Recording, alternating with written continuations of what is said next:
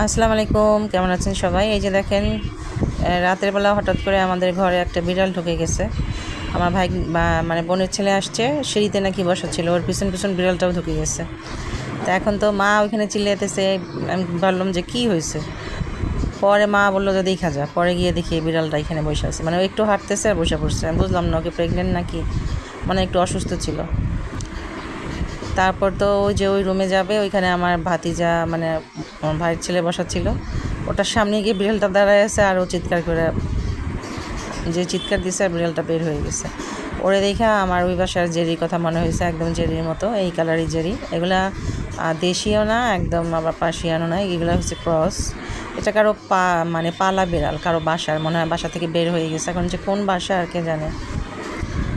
তো ঘরে যদি লিটার টিটার থাকতো তাহলে ওরে আমি রাখতাম, লোকটা মানে মানুষ না খোঁজা পর্যন্ত, কিন্তু ও তো ঘরে বাথরুম ইস্যু করে দিবে।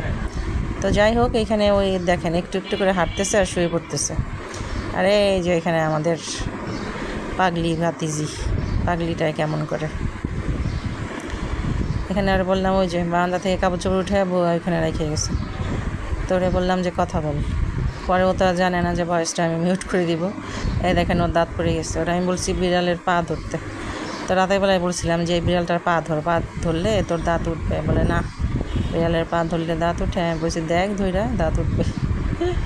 তো ঠিক আছে, সবাই ভালো থাকেন। আজকে একদমই ছোট্ট একটা ভিডিও। আল্লাহ হাফেজ, আসসালামু আলাইকুম।